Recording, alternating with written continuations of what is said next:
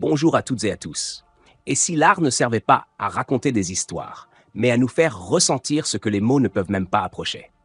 Aujourd'hui, on va plonger dans une vision radicale de la peinture. Une vision qui dérange, qui secoue et surtout qui touche directement le corps.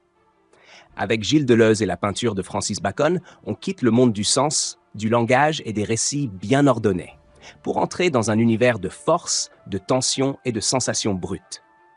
Ici, il ne s'agit plus de comprendre une œuvre, mais de la ressentir presque physiquement. Les corps se déforment, les visages crient sans histoire, et quelque chose d'invisible, mais profondément réel, surgit sous nos yeux. Qu'est-ce que l'art révèle vraiment sur nous? Que reste-t-il de l'homme quand on enlève le récit, le langage, les apparences? C'est précisément ce que nous allons explorer ensemble.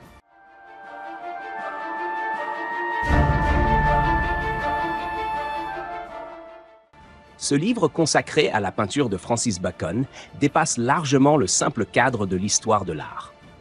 Il s'inscrit dans une véritable démarche philosophique, presque expérimentale, où la réflexion conceptuelle prend autant d'importance que l'analyse esthétique.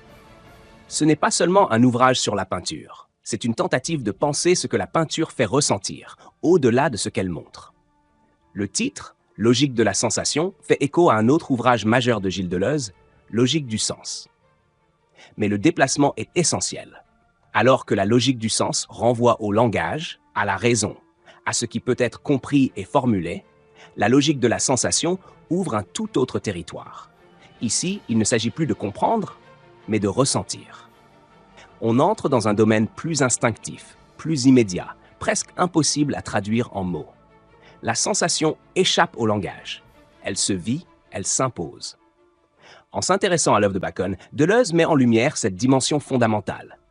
La peinture ne raconte pas, elle agit. Elle fait surgir des sensations, mais aussi des forces vitales, invisibles, qui traversent les corps et les déforment. La toile devient alors le lieu où ces forces s'expriment directement, sans passer par le récit ou la représentation classique. C'est dans ce contexte que Deleuze introduit une distinction essentielle entre le figuratif et le figural. Le figuratif, c'est ce qui raconte, ce qui illustre, ce qui inscrit l'image dans une histoire reconnaissable. Une figure figurative est toujours liée à un récit, à une scène, à un sens déjà structuré. Bacon, lui, refuse cette logique. Il ne cherche pas à raconter une histoire, ni à représenter une situation. Il veut rompre avec la narration. Pourtant, il ne choisit pas non plus la voie de l'abstraction pure. Contrairement à d'autres artistes, il ne renonce pas à la figure. Il la conserve, mais il la transforme radicalement. C'est là qu'intervient le figural, une manière de peindre qui libère la figure de toute obligation narrative. La figure n'est plus là pour être lue, mais pour être ressentie. Pour atteindre cet effet, Bacon utilise des procédés très concrets. Il isole ses figures, les enferme dans des formes géométriques, cercles, ovales, structures fermées. Cette isolation empêche toute interaction avec d'autres éléments, toute possibilité de narration. Car dès que plusieurs figures coexistent, une histoire commence à apparaître. En isolant, Bacon coupe court au récit. Il crée un espace où seule la sensation subsiste. Ce qui compte alors, ce n'est plus ce que l'on reconnaît, mais ce que l'on éprouve. La peinture devient une expérience directe des forces qui traversent la figure. Le corps peint n'est plus un corps représenté, mais un corps affecté, traversé, parfois même déformé par ces forces invisibles. Cette notion de figural sera reprise et développée par Jean-François Lyotard, notamment dans Discours, figure. Le figural s'oppose à une vision trop restrictive de l'image, réduite à sa dimension narrative et lisible. Il revendique une autre forme de sens, qui ne passe pas par le langage, car tout ce qui est visible n'est pas forcément dissible. Ainsi, le projet figural consiste à libérer la figure du texte, du récit, de la domination du langage. Il affirme qu'il existe une dimension du réel qui ne peut pas être racontée, mais seulement montrée. Une image peut faire sens sans raconter d'histoire.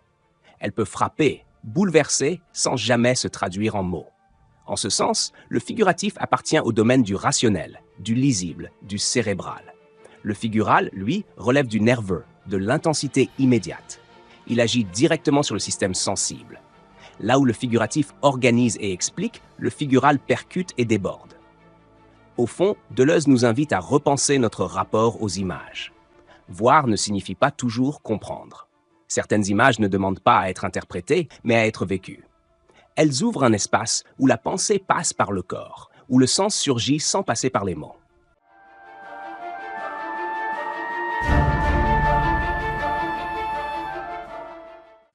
Le figural désigne une figure qui existe par elle-même, entièrement visible, libérée de toute référence extérieure, et surtout affranchie du langage et du discours. Il ne s'agit plus de représenter quelque chose que l'on peut expliquer ou raconter, mais de donner à voir ce qui échappe précisément à toute explication. Le figural cherche ainsi à approcher l'infigurable, non pas pour le capturer définitivement, mais pour en faire sentir la présence. Avec cette idée, on sort des limites du langage. Le discours, par nature, organise, structure et enferme le réel dans des significations. Le figural, au contraire, tente de briser cette clôture. Il ouvre un espace où ce qui est montré dépasse ce qui peut être dit. C'est exactement cette démarche que Gilles Deleuze repère dans la peinture de Francis Bacon. Une peinture qui ne raconte pas, mais qui expose directement des forces. Car ce que Bacon donne à voir, ce ne sont pas des scènes ou des histoires, mais des forces à l'état brut. Des forces vitales, invisibles, qui traversent les corps, les agitent, les déforment. La peinture devient alors une sorte de champ d'intensité, où le corps n'est plus une forme stable, mais un lieu de tension, de pression, de pulsation. Les figures semblent se tordre, se distordre, comme si quelque chose en elles cherchait à sortir. Cette déformation du corps est essentielle. Deleuze y voit ce qu'il appelle un effort athlétique.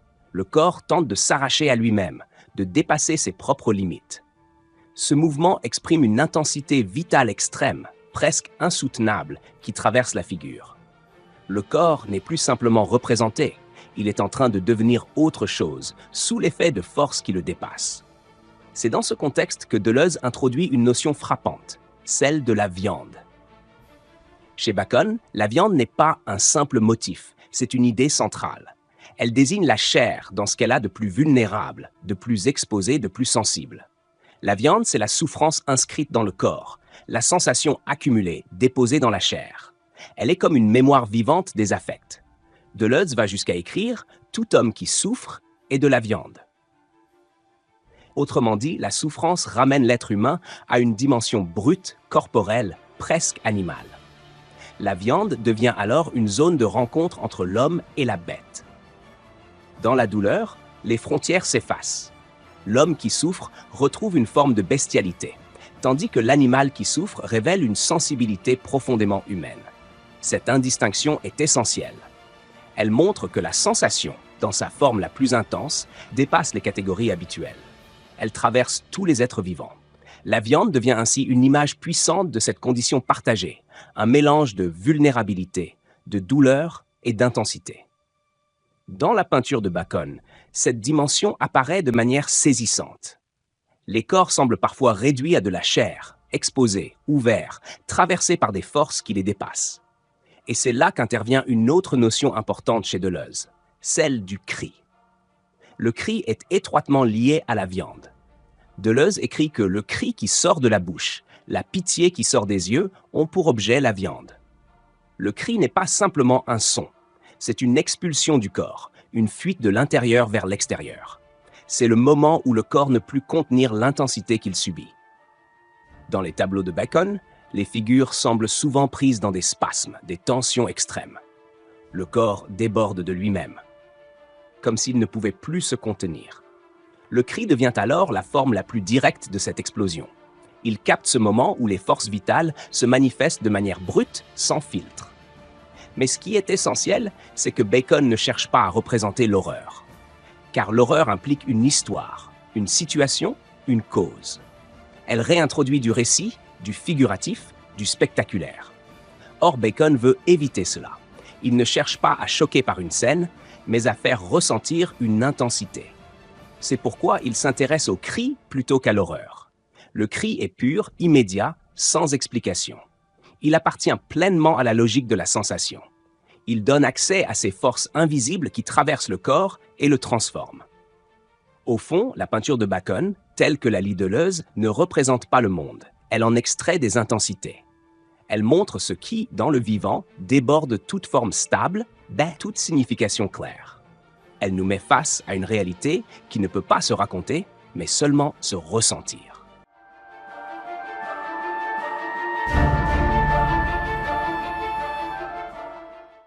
Dans Logique de la sensation, Gilles Deleuze réactive une notion essentielle de sa pensée, le corps sans organes, concept qu'il reprend à Antonin Artaud et qu'il avait déjà largement exploré dans Logique du sens, l'Anti-Oedipe et Mille plateaux. Mais ici, cette idée prend une intensité particulière, directement liée à la peinture de Francis Bacon. Le corps sans organes n'est pas un corps vide ou dépourvu de vie. Bien au contraire, c'est un corps intensément vivant, mais libéré de l'organisation classique des organes. Ce n'est pas les organes en eux-mêmes que Deleuze remet en question, mais leur organisation rigide en système, ce que l'on appelle l'organisme. Le corps sans organes, c'est donc un corps qui échappe à cette structure fixe, à cette hiérarchie fonctionnelle où chaque partie a un rôle bien défini. À la place, ce corps devient un champ d'intensité. Il est composé de zones, de seuils, de gradients, traversés par des forces invisibles qui circulent librement. Ce n'est plus un corps découpé en parties distinctes, mais un tout continu, vibrant, parcouru par des flux. Deleuze le décrit comme une matière vivante, faite de chair et de nerfs, traversée par des ondes. La sensation naît précisément de la rencontre entre ces ondes internes et les forces qui s'exercent sur le corps.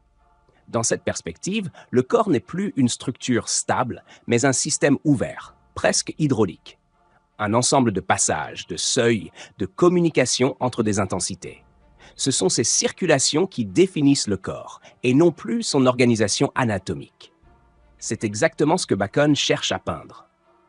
Ces figures ne représentent pas des corps au sens classique, mais des corps sans organes, des corps saisis dans leur dimension intensive. Ce qui apparaît sur la toile, ce n'est pas une anatomie, mais une expérience. Le corps n'est plus un objet à observer, il devient une sensation à éprouver. Dans ce cadre, la figure, au sens que lui donne Deleuze, correspond précisément à ce corps intensif. Elle n'est pas là pour être comprise, mais pour agir directement sur celui qui regarde. Elle touche le système nerveux avant même de passer par la réflexion. On n'est plus dans l'ordre du sens, du langage ou de l'interprétation, mais dans celui de l'impact immédiat, presque physique. C'est pourquoi Deleuze insiste sur une distinction fondamentale. Ce n'est pas le cerveau qui est sollicité en premier, mais le système nerveux. La peinture de Bacon ne cherche pas à être comprise, elle cherche à être ressentie. Elle court-circuite le discours, évite le détour de l'histoire pour atteindre directement la sensation. La sensation, chez Deleuze, n'est jamais simple. Elle est toujours complexe, composée, stratifiée. Il ne s'agit pas de différentes sensations séparées, mais de différents ordres de sensations qui se superposent, se mélangent, se transforment. La sensation est un phénomène synthétique. Elle rassemble plusieurs intensités en une seule expérience. C'est cette accumulation qui donne à la figure sa puissance. Elle devient comme une condensation de vécu, une coagulation d'affect. Et c'est ici que réapparaît la notion de viande. La viande, c'est précisément cette matière où les sensations se déposent, s'accumulent, se figent. Elle incarne la mémoire du corps, la trace des forces qui l'ont traversé. Ainsi, la peinture de Bacon ne représente pas simplement des corps déformés. Elle donne à voir des corps traversés, travaillés, transformés par des intensités. Elle révèle une vérité plus profonde. Le corps n'est pas une structure fixe, mais un lieu de passage, un champ de force, une surface où s'inscrivent les sensations. Au fond, Deleuze nous propose une autre manière de penser le corps. Non plus comme un ensemble d'organes organisés, mais comme une réalité vivante, mouvante, traversée par des intensités. Et la peinture de Bacon devient alors le moyen le plus direct de rendre cette réalité visible, non pas en la racontant, mais en la faisant ressentir.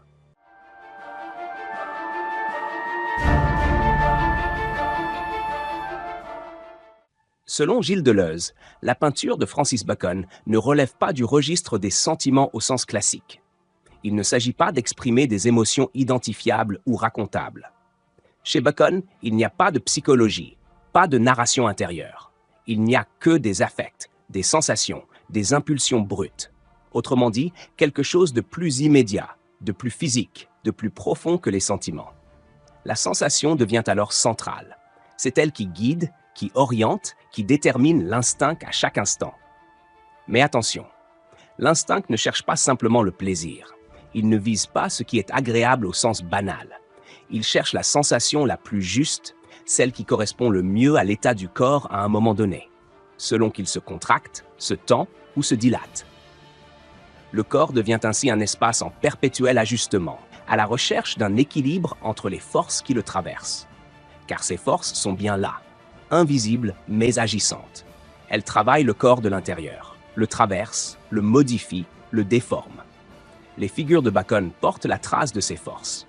Si les corps semblent tordus, étirés, parfois presque disloqués, ce n'est pas un effet esthétique gratuit, c'est la manifestation directe de ces puissances invisibles. Dans cette perspective, la sensation n'est pas quelque chose de fixe. Elle est mouvement, vibration, onde. Elle circule dans le corps, passe d'un niveau à un autre, comme une décharge nerveuse. Toute sensation implique une variation d'intensité, une différence de niveau. Elle est toujours en train de se transformer. C'est précisément ce passage qui déforme la figure. Le corps devient le lieu d'un transit, d'une circulation d'intensité. Et dans ce processus, la souffrance joue souvent un rôle déterminant. Elle agit comme un facteur de tension extrême, capable de pousser le corps au-delà de ses limites, de le faire basculer dans une autre forme. C'est ici que l'on comprend la fonction de l'art selon Deleuze. L'art n'est pas là pour copier le réel, ni pour inventer des formes décoratives. Il a une tâche bien plus ambitieuse, capter des forces, rendre visible ce qui, normalement, reste invisible. Il ne s'agit plus de représenter le monde tel qu'on le voit, mais de révéler ce qui agit en profondeur, ce qui traverse l'existence humaine sans jamais apparaître directement. Et c'est exactement ce que Bacon réussit à faire. Sa peinture ne montre pas simplement des corps, elle expose une vérité plus profonde sur ce qu'est être humain. Elle capte des intensités, des tensions, des expériences vécues et les donne à voir sans passer par le langage. Deleuze le formule de manière frappante. Les figures de Bacon constituent une réponse exceptionnelle à une question fondamentale. Comment rendre visibles des forces invisibles? Toute la puissance de cette peinture réside là. Dans ce contexte, le cri occupe une place essentielle. Il est directement lié à ces forces. Le cri n'est pas une réaction psychologique, ni une expression dramatique. Il est la manifestation brute d'une force qui traverse le corps. Il capte, concentre et projette cette intensité vers l'extérieur. Le cri devient ainsi une forme pure de sensation. Il synthétise ce qui ne peut pas se dire, il rend visible ce qui ne peut pas être montré autrement. Il est violence, mais une violence intérieure, une violence de la sensation elle-même. Deleuze oppose alors le cri à l'horreur. L'horreur appartient au spectacle. Elle suppose une scène, une cause, une histoire. Elle relève du figuratif, du narratif. Le cri, au contraire, échappe à tout cela. Il ne raconte rien. Il est immédiat, direct, sans médiation. Il appartient pleinement à la logique du figural. Mais au fond, que sont ces forces invisibles? Elles ne sont pas abstraites ou mystérieuses. Elles sont profondément liées à notre expérience quotidienne. Ce sont nos tensions, nos douleurs, nos élans, nos affects, tout ce qui nous traverse sans toujours pouvoir se dire. Et c'est précisément parce que ces forces sont difficiles, voire impossibles à exprimer par le langage, que l'art devient nécessaire. Le peintre, comme Bacon, agit alors comme un capteur, un révélateur. Il détecte ces intensités, il les extrait du flux du vécu, et il leur donne une forme visible. En ce sens, Bacon est bien plus qu'un peintre. Il est une sorte de détecteur de réalité. Il capte ce qui échappe au regard ordinaire, et il nous le renvoie sous une forme qui nous frappe directement, au niveau le plus sensible.